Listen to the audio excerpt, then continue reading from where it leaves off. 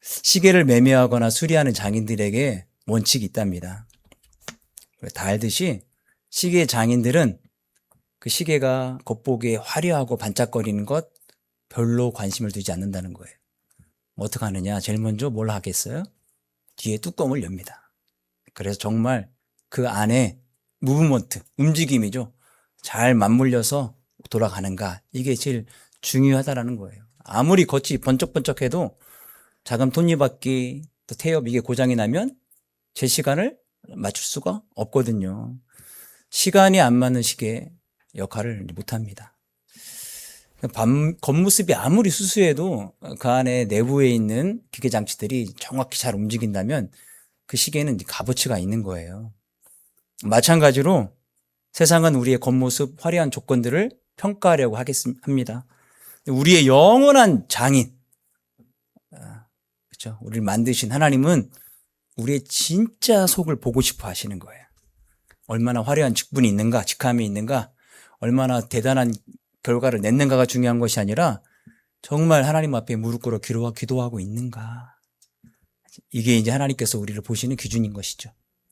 그런 여러분 되기를 축원드립니다. 이렇게 제목이 길 줄 몰랐어요. 성령을 부어주시는 분으로 나타나신 예수. 요즘 말씀이 조금 신학적인 것으로 치우치기 때문에 피드백이 어렵다, 졸리다 이런 얘기들이 나오는데 맞습니다. 좀 어려운 이야기들이에요. 그래야 그 다음번 얘기가 훨씬 재밌고 쉬워집니다. 그런 건 아니고요. 우리 안에 영양을 중시하는 식단도 있고 맛을 중시하는 식단도 있고 여러 가지 식단들이 있는 거예요. 그렇죠? 안타깝게도 우리 인생 속에 맛있는 건 다 건강에 안 좋습니다. 건강하게 사시려면 약간의 맛을 이제 포기해야 되는데 요때가 바로 그때가 아닌가 싶어요. 요엘서에서 직접적으로 예수님께서 성령을 부어주신다는 얘기는 없습니다. 그런데 구약의 예언이 오순절에 성취가 돼요. 예수님으로 말미암아. 그리고 오순절에 그것을 해석을 합니다. 이게 흐름이라는 것이 있어요. 그 흐름을 오늘 같이 한번 짚어보려고 합니다. 그러면 오늘 본문엔 도대체 누가 성령 부어주시는 거야? 본문 볼까요? 다시 한번. 본문 보겠습니다. 네. 내가 내 영을, 또 내가 내 영을, 나가 누구예요? 하나님이십니다. 내 영은 하나님의 영, 성령님이에요. 그러니까 오늘 본문에서 1차적으로 성령님을 부어주시는 분은 예수님이 아니라 하나님이세요. 그리고 이 성령을 부어주신 이 시점이 종말의 시작이에요. 굉장히 중요합니다. 그래서 우리는 지금 종말의 시대에 살고 있는 거예요. 구약에서의 성령 부으심은 굉장히 제한적이었어요. 그럼 그래프 볼까요? 진짜 성경에 나와 있는 것 다 통틀었어요, 이번에는. 원래는 왕, 제사장, 선지자 크게인데 실제로 왕, 사사, 장로들에게도 성령이 부어줍니다. 이유는 뭐냐면 능력 부여와 통치를 위해서. 제사장들은 하나님과 사람의 중재 역할을 하기 위해 영을 부어서 제사장을 삼고요. 선지자들은 하나님의 말씀을 전달하는 사람이죠. 그리고 장인들이 있어요. 오홀리압과 부살레. 뭐 했던 사람들일까요? 성막을 만든 사람들이에요. 이 사람들에게 하나님이 지혜의 영을 특별히 부어주세요. 그러니까 특별한 케이스예요. 그러니까 이렇게 하나, 둘, 셋, 넷, 5개 부류 빼고는 절대 성령님을 만날 수가 없었습니다. 그런데 오늘 요엘이 말씀을 통해서 획기적인 변화를 얘기하는 거예요. 만민에게 부어줄 것이다. 남녀 모두에게, 노소를 막론하고 종들까지도. 이게 단순히 어떤 성령을 받는 사람들의 대상을 확장하는 개념을 넘어 새로운 시대를 의미하는 거예요. 베드로가 사도행전에서 성령님이 임하자 이 말씀을 인용을 합니다. 베드로 사도가. 어떻게 인용했느냐 볼까요? 이는 곧 선지자 요엘을 통해서 말씀하신 것이니 일러스되 하나님의 말씀하시기를 말세에 내가 내 영을 모든 육체에 부어주리니 33절이에요. 하나님이 오른손으로 예수를 높이심에 그가 약속하신 성령을 아버지께 받아서 너희가 보고 듣는 이것을 부어주셨느니라. 베드로 사도가 단순히 요엘서의 말씀을 인용한 것뿐만이 아니라 신학적인 전환이 일어나요. 어떤 전환이냐? 요엘서에서는 성령님을 누가 부어준다고요? 하나님께서. 그런데 베드로 사도는 성령님을 누가 부어주신다고요? 예수님이. 전환이 일어나요. 전환이. 요엘서에서는 하나님께서 내 영을 부어주겠다. 사도행전 2장에서는 예수 그리스도께서 성령을 부어주셨다. 이게 뭘까? 그러면은 하나님이 해야 될 일을 예수님이 대신 한 거구나. 대리자네. 라고 생각할 수도 있겠지만 그게 아니에요. 더 큰 개념이 있습니다. 초대교회는 그걸 어떻게 이해했느냐. 첫 번째는 예수님이 진짜 메시아구나로 이해했어요. 왜냐? 메시아가 오기 전 메시아 오는 것을 준비했던 세례자 요한이 있습니다. 그 어떻게 얘기했냐면 나는 물로 세례를 주거니와 내 뒤에 오신 이는 불과 성령으로 세례를 줄 것이다. 즉 성령을 부어주시는 자가 진짜 메시아라고 얘기해요. 그런데 예수님이 성령을 부어주시니까 예수님이 진짜 메시아구나를 알게 됐고요. 두 번째는 예수님이 하나님의 아들일 뿐만 아니라 진짜 하나님이시구나를 알게 돼요. 구약 성경뿐만 아니라 그냥 우리 삶 속에서 하나님만이 하실 수 있는 일이 뭘까요? 뭐였더라? 창조. 또 뭐 있죠? 죄사함. 또 뭐 있을까요?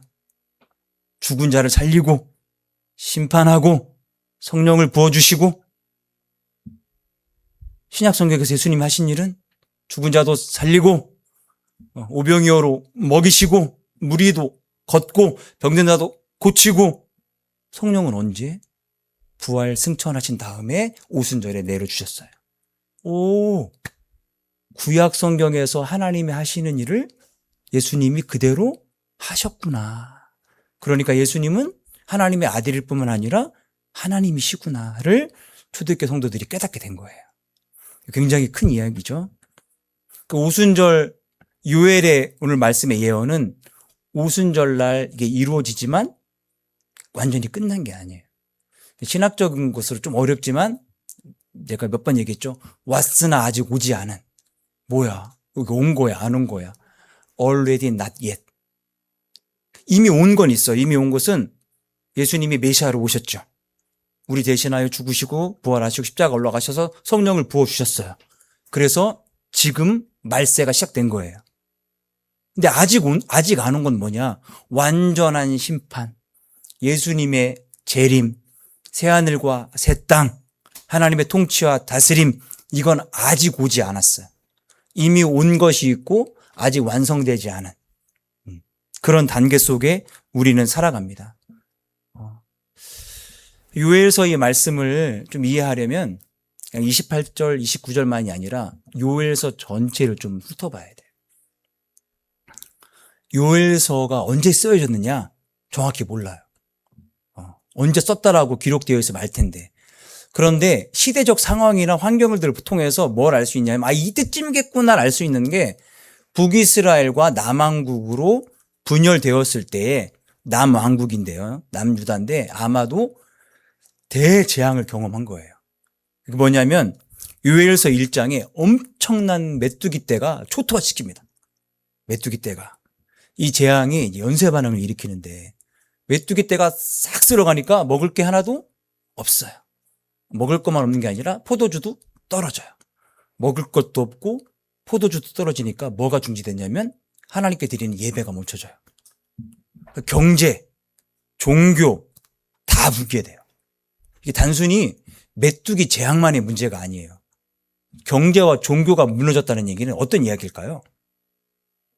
말세가 왔다라는 거예요. 하나님의 심판의 때가 왔다라는 거예요. 요엘서에 나오는 계속 반복되어 나오는 여호와의 날, 여호와의 날. 그럴 때에 이제 오늘 본문이 시작되는 거예요. 다시 한번 본문 읽어볼까요? 그 후에 내가 내 영을 만민에게 부어주리니 너희 자녀들이 장래일을 말할 것이며 너희 늙은이는 꿈을 꾸며 너희 젊은이는 이상을 볼 것이며 그때에 내가 또 내 영을 남종과 여종에게 부어줄 것이며 28절 시작이 되게 중요해요. 뭐라고요? 그 후에 그러면은 앞에 무슨 일이 있었냐는 거예요. 앞에 일이 일어난 다음에 바로 그 후에 성령이 부어주는 일들이 일어나기 시작하는 거예요. 그러니까 앞에 일어난 어떤 일이 벌어졌느냐? 2장 12절에서 27절 보면은 요엘서에 일단은 하나님께서 이스라엘 백성들에게 회개의 촉구를 합니다. 회개해라. 너희는 마음을 다해 내게로 돌아와라. 이스라엘 백성들이 그렇게 하겠다고 하니 하나님께서 긍휼을 베풀어 주십니다. 백성을 긍휼히 여기셨다. 거기서 끝난 게 아니에요. 그 다음에 실질적인 회복을 하시는데 곡식도 회복하고 포도주도 회복하고 기름도 회복하고 메뚜기가 만약에 2026년도를 다 쓸어버렸다면 2026년도 소출이 하나도 없는 거 아니에요? 그 소출이 하나도 없었던 그 해를 완전히 회복하시겠다는 거예요. 그리고 나서 그 다음에 뭐가 온다고요? 성령의 부어주심. 그러니까 오늘 이 성령의 부어주심이 회복의 끝판왕이에요. 회복의 최종 단계, 회복의 가장 높은 단계. 순서가 굉장히 중요해요. 일단은 회개해야 됩니다. 마음을 찢고 돌아와라. 회개가 진짜 이루어지면 하나님께서 긍휼을 베풀어 주세요.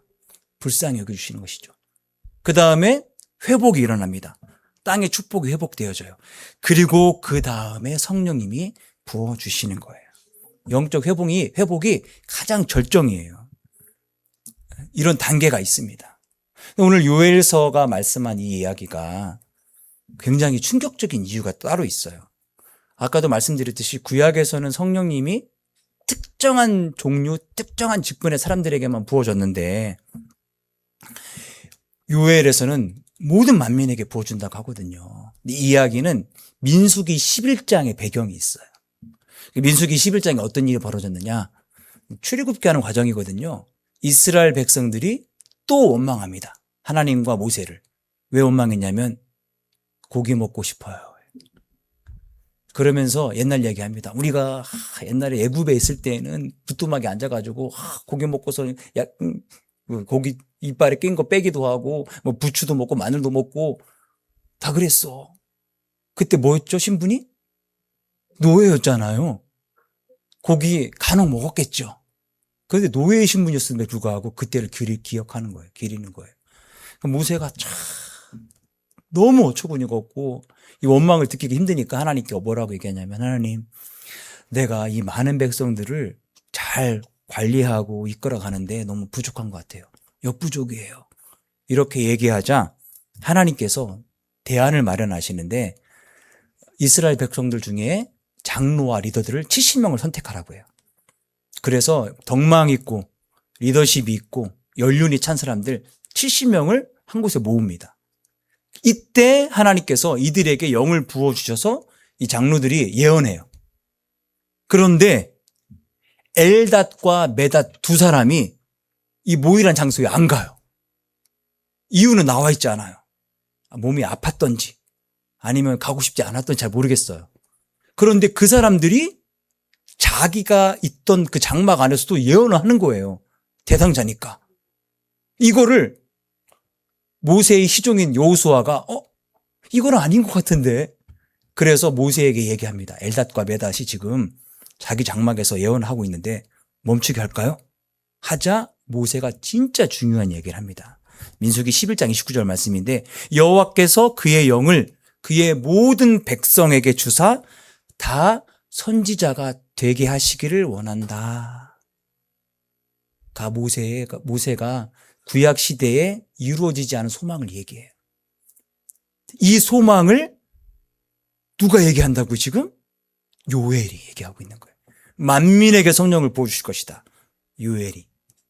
모세가 원했던 이루어지지 않은 소망을 요엘이 종말의 때에, 마지막 때에 이것을 우리에게 주실 것이다라고 약속을 얘기하고 있는 거예요. 굉장히 의미가 있죠. 그래서 내 영을 만민에게 부어주시겠다 하는 거예요. 만민은 모든 사람들, 모든 인간.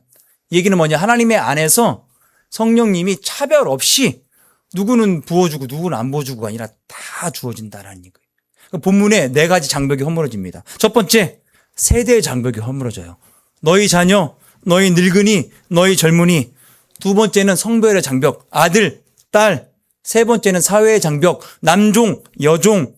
네 번째는 영적의 장벽, 찌쁜 자만 독점했던 성령님이 아니라 모든 사람에게. 이게 이 당시 고대 근동사의 굉장히 급진적인 선언입니다. 마치 우리나라 표현을 하면은 양반제도를 포기하겠다. 조선시대 때 난리 나는 거예요. 전하 하겠죠. 그죠? 상투 틀고 하면서 석고대죄 하면서 이럴 수는 없습니다. 죽여주시옵소서. 왜냐하면 나라 근간이 무너지는 일이니까. 이거를 말씀하시는 거예요. 그런데 중요한 게 또 있습니다. 28절 말씀만 또 볼까요?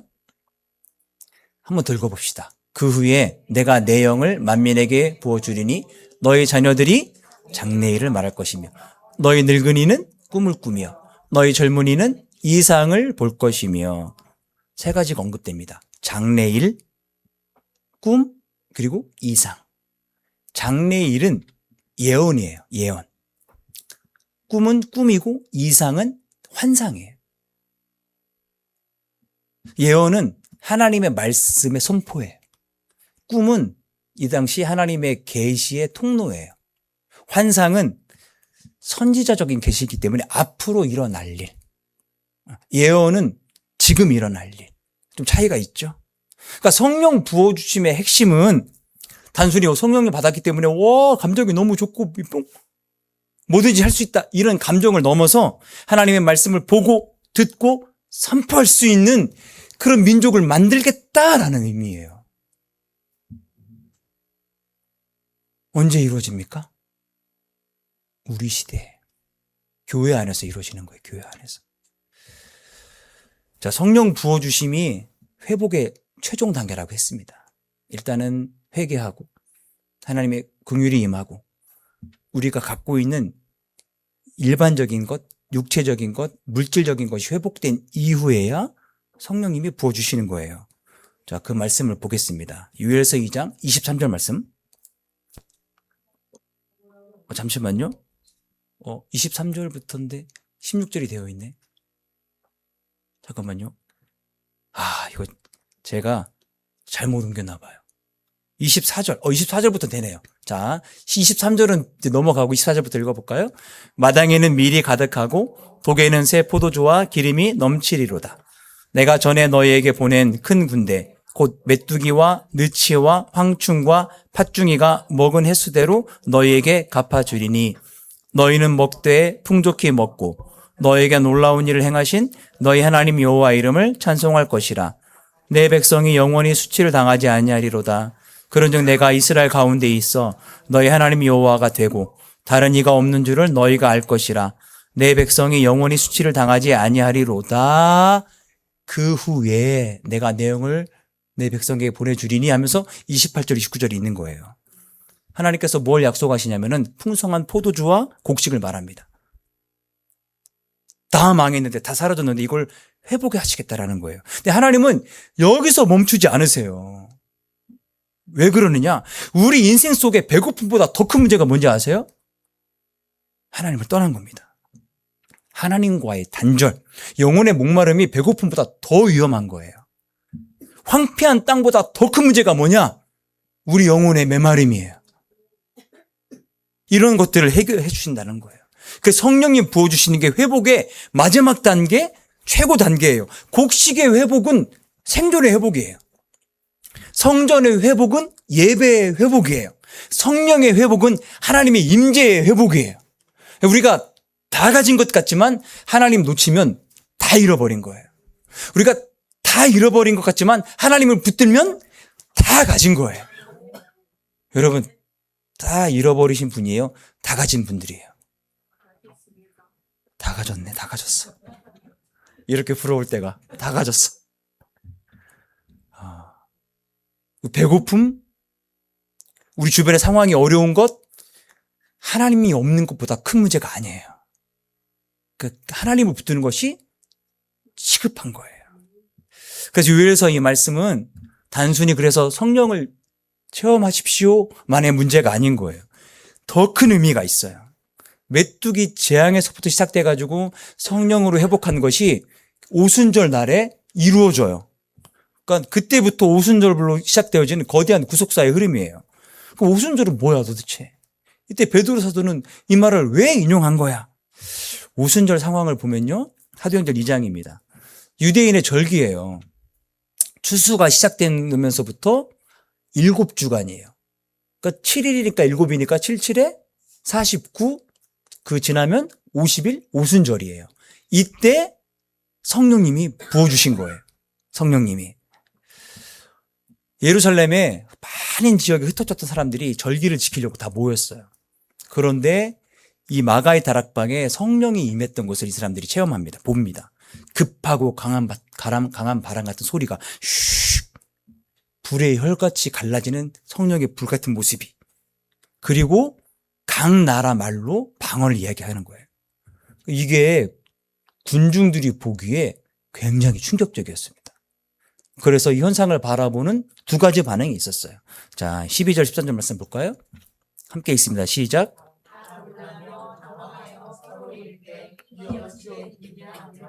또 어떤 이들은 조롱하여 이르되 그들이 새 술에 취하였다 하더라. 첫 번째 반응은 뭐였냐면은 놀라며 당황했어요. 이게 뭐야? 이게 무슨 일이야? 의미를 알고 싶었어요. 두 번째 반응은요? 조롱합니다. 에이! 낮술했네. 이게 비정상적인 현상 같다고 그들이 여겼던 거예요. 그러니까 오순절의 이 사건은 설명이 필요한 사건입니다. 왜냐하면 보지도 못하고 듣지도 못했던 일이기 때문에, 난생 처음 보는 일이기 때문에. 그래서 그 이후에 베드로가 이 사건을 설교를 통해서 설명해 주는 거예요. 그게 베드로의 설교예요. 베드로가 근데 왜 요엘서의 말씀을 인용을 했을까? 왜 하필 요엘일까? 세 가지 정도 이유가 있다고 봅니다. 첫 번째는 성령님이 보편적으로 모든 사람들에게 차별 없이 부어주신다라는 말씀이 요엘서의 유일해요.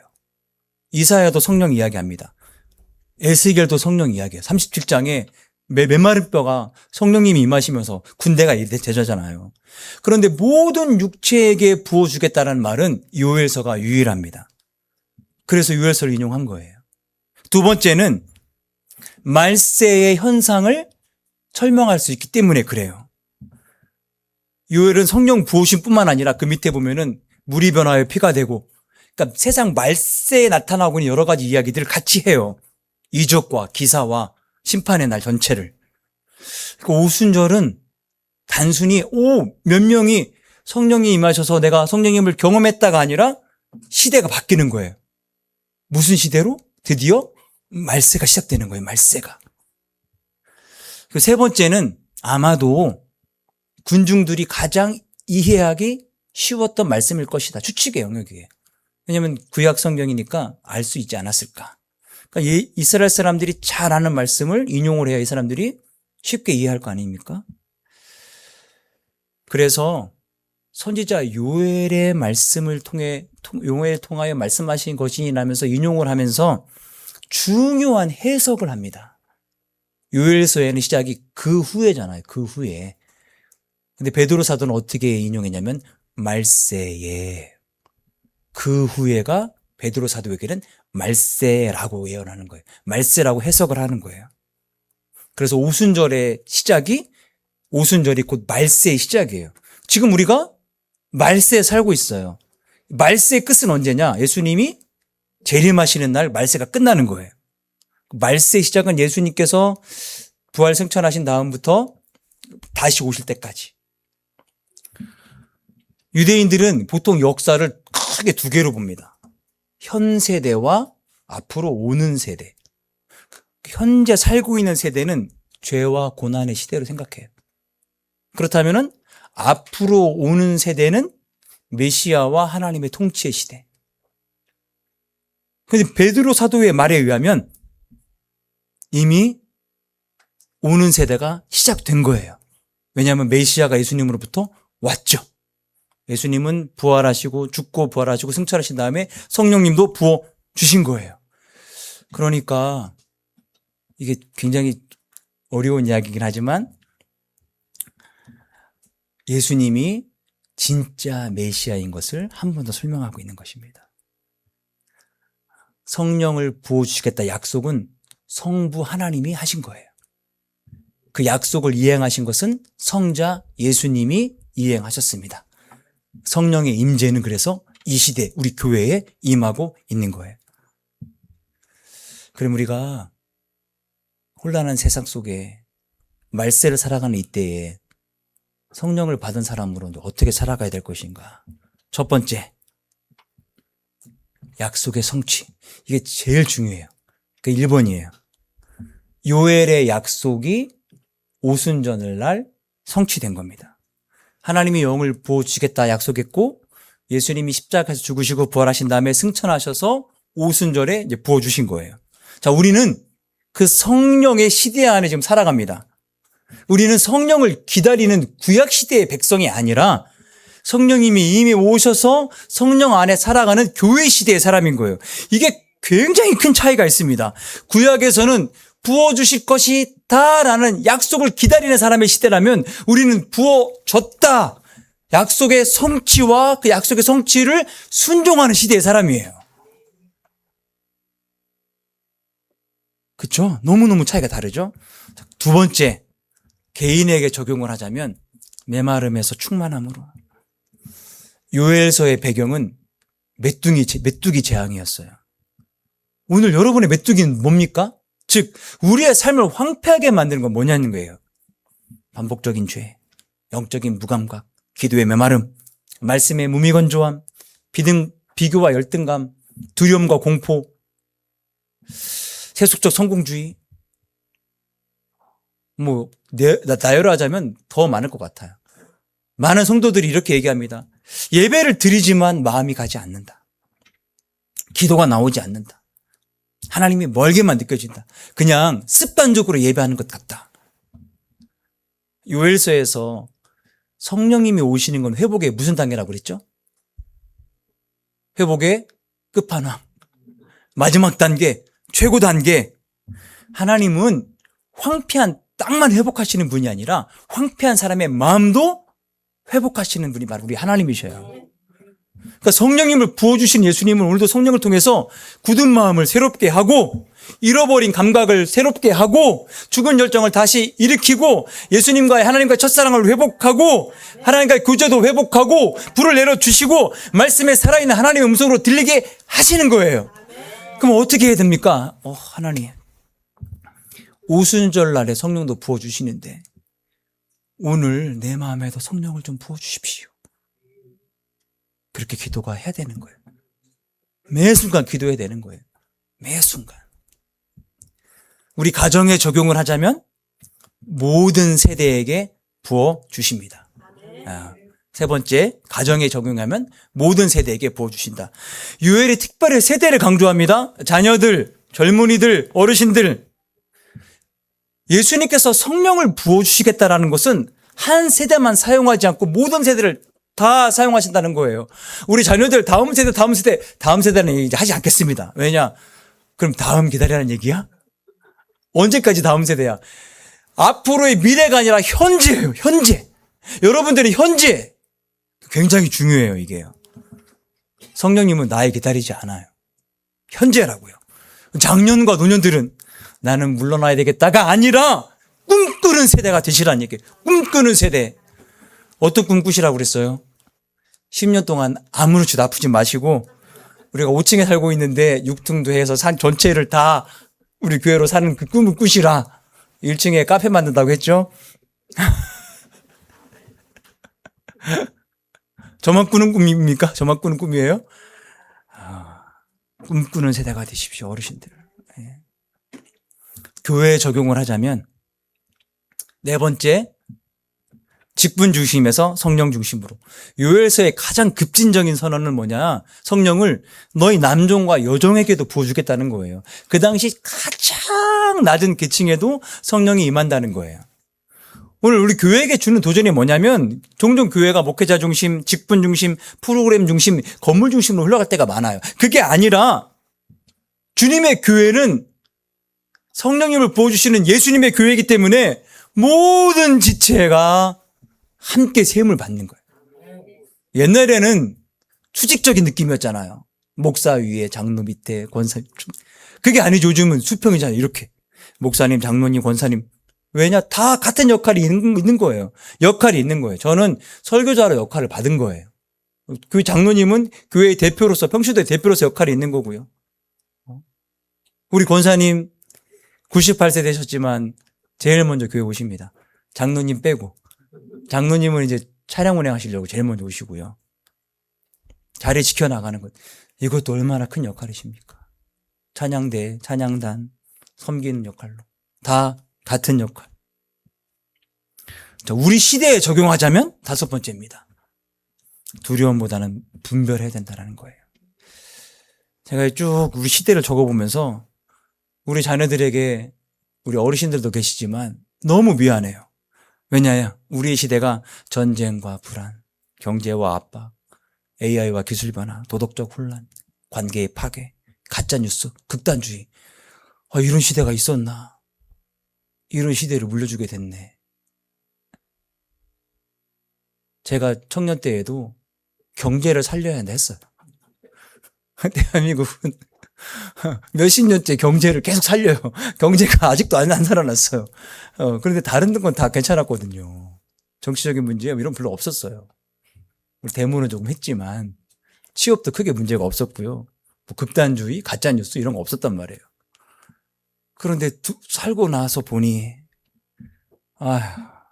우리 자녀들에게 어른을 대표해서 미안합니다. 너무나 어려운 시대를 살게 이렇게 넘겨준 것 같아서. 베드로는 요엘서를 인용하며 그 당시 하늘과 땅 기사와 표적을 이야기합니다. 말세가 왔다. 말세가 왔다. 이게 뭐냐면 성령의 시대는 아무런 문제가 없는 시대가 아니라는 거예요. 문제 속에서도 하나님의 통치, 하나님의 다스림을 분별할 수 있는 시대가 되어야 된다는 거예요. 성령의 사람이라면 두려워하지 마십시오. 두려움보다는 신뢰를, 거짓을 분별하고 진리를 사랑하고 미움보다는 섬김과 나눔을 선택하라. 복음과 평화를, 절망 가운데서도 소망을 전할 수 있어야 되는 거예요. 부활을 선포할 수 있어야 되는 거예요. 그게 우리의 시대입니다. 제가 이제 TV, 라디오 듣다 보니까 최근에 그 바둑, 신진서 구단이 AI와 바둑 둬서 1패 2승, 그죠? 2승 1패. 알파고 할 때는 1승 3패인가, 그죠? 그 얘기를 이제 인터뷰 하더라고요. 바둑은 이미 AI와 협업을 한답니다. AI와 연습을 두는 거예요. 근데 도대체 무슨 차이가 있느냐, AI와. AI는 기본 값을 정하면, 예를 들자면 오늘은 공격형 바둑을 두겠다. 그러면 처음부터 끝까지 공격적인 바둑만 둡니다. 사람은 어떻게 하느냐? 그 바둑 한 판에 공격적인 시점, 관망의 시점, 수비의 시점을 다채롭게 나눌 수 있다는 거예요. 그 차이라는 거예요. 그럼 우리 시대, AI 시대, 성령님이 더 필요합니다. AI 정보를 줍니다. 저도 설교 준비할 때 AI 씁니다. 예전에는 프로그램에서 정보를 얻었다면 지금은 AI한테 물어보는 거예요. 뭐 프로그램과 AI가 다를 게 뭐가 있어요? 그 프로그램을 AI가 학습한 거니까. 네. AI 회개를 일으킬 수 없습니다. 거룩 만들지 못합니다. 사랑을 창조하지 못해요. 하나님의 임재 대신할 수 없습니다. AI 시대에 더더욱 우리가 성령님 의지할 수밖에 없는 거예요. 극단적으로 갈수록 기술이 반대적으로 극단적인 인간 중심이라든지 성령의 임재하심을 더 갈망하게 될 거예요. 두려워할 게 아니라는 거예요. 이런 시대를 분별하며 살아가면 되는 거예요. 그러면 실제적인 이야기를 해봅시다. 그래, 나도 이렇게 성령 충만하고 성령 부으신 예수님 경험하고 싶다. 어떻게? 사실은 2023년도, 4년도 여름에 다 하긴 했지만 한 번 더 볼까요? 어떻게 성령 충만을 누리는가? A.W. 토저, 이 목사님이 하신 이 5가지 방법이 전 제일 좋았어요. ready, 영어로 ready가 준비거든요. repent, 시작은 회개하는 거예요. expect, 회개한 다음에 기대해야 돼요. 성령님을 기대하는 거예요. 그다음에 구해야 돼요. 구하지 않기 때문에 못 받는 거예요. 성령님을 구하고, 그다음 드링크가 충만하고 취하는 건데 받아들여요. 그런 다음에 마지막으로는 맡겨야 돼요. 성령님이 내 안에 오셔가지고 내가 내 삶을 막 이끌어가길 원하는데 아니에요. 성령님 이거는 내 뜻대로 해야 돼요 하면은 절대 내 삶 속에 성령님이 역사하지 않는 거예요. 일드가 양보운전 이런 뜻도 있거든요. 이 순서대로만 해야 성령 충만 받는가? 아니에요. 가장 초보 1단계는 순서를 따르고 규칙을 따르는 게 중요합니다. 시간이 지나면 규칙을 뛰어넘는 거예요. 그리고 진짜 고수는 나만의 규칙을 갖는 거예요. 성령님은 언제 어디서나 자유롭게 우리에게 임하실 수 있습니다.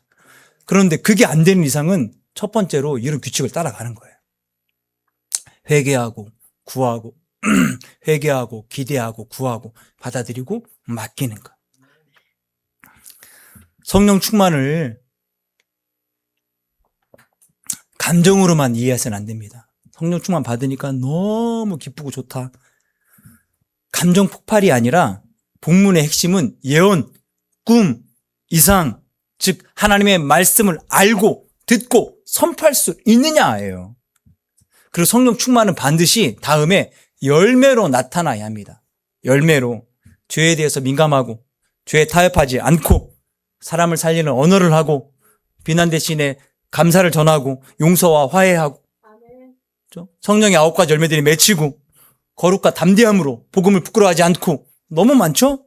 그러니까 성령의 성령 충만의 가장 큰 증거는 방언을 할 수 있느냐 없느냐가 아니라 얼마나 뜨겁느냐가 아니라 내가 얼마나 예수님 닮아가고 있느냐예요.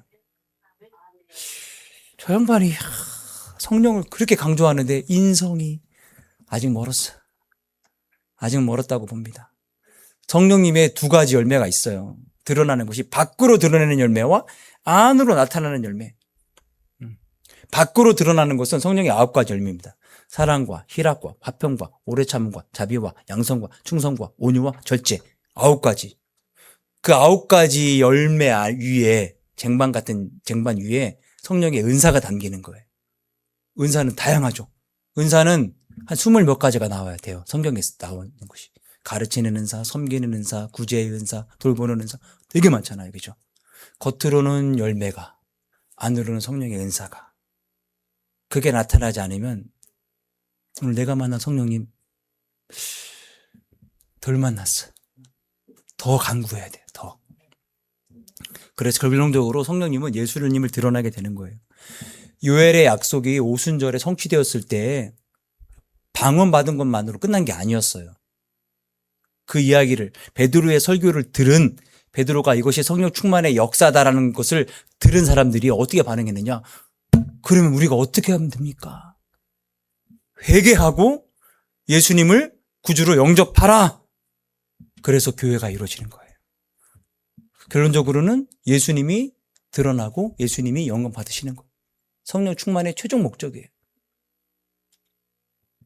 성령을 많이 말하면서 예수님을 닮지 않는다? 있을 수가 없습니다. 더 닮아가야 될 것입니다. 오늘 우리에게 요엘서에 약속했던, 그래서 오순절에 성취되었던 이 오순절의 약속은 끝난 게 아니에요. 지금도 계속 되어집니다. 예수님은 오늘도 메마른 자에게 성령을 부어주십니다. 모든 세대를 하나로 묶으셔서 당신의 제자로 증인으로 삼으십니다. 그리고 교회를 살아있는 당신의 몸으로 삼으시고 혼탁한 이 세상 속에 우리를 증인으로 보내십니다. 그렇게 성령의 사람으로 살아가시는 여러분 되기를 축원드립니다. 찬양하고 기도하겠습니다. 기도할 때 내가 이전에 받았던 성령 충만보다 더 강력한 성령의 충만을 내게 주십시오라고도 간구하며 기도하십시오. 자동차에게 중요한 기름 2가지가 있습니다. 한 가지는 휘발유나 경유처럼 자동차가 굴러가게 하는 기름. 또 하나는 엔진 깊숙이 있는 보통 오일이라고 하는 윤활유. 이거는 이제 뭐 10,000km, 15,000km 다 할 때마다 바꾸죠. 우리 안에 이미 성령님이 와 계셔요. 이 성령님은 어떤 성령님이시냐? 예수님을 나의 구주, 나의 하나님으로 고백하게 만드는 성령님이에요. 그런데 이걸로만 끝나지 않아요. 진짜 중요한 건 성령 충만함이에요. 성령 충만해야 하나님의 사람으로 살아갈 수 있는 거예요. 성령 충만해야 세상의 여러 가지 유혹들이나 어려움 등을 이겨내며 살아갈 수 있는 거예요. 그래서 성령님이 필요한 것입니다. 찬양하겠습니다.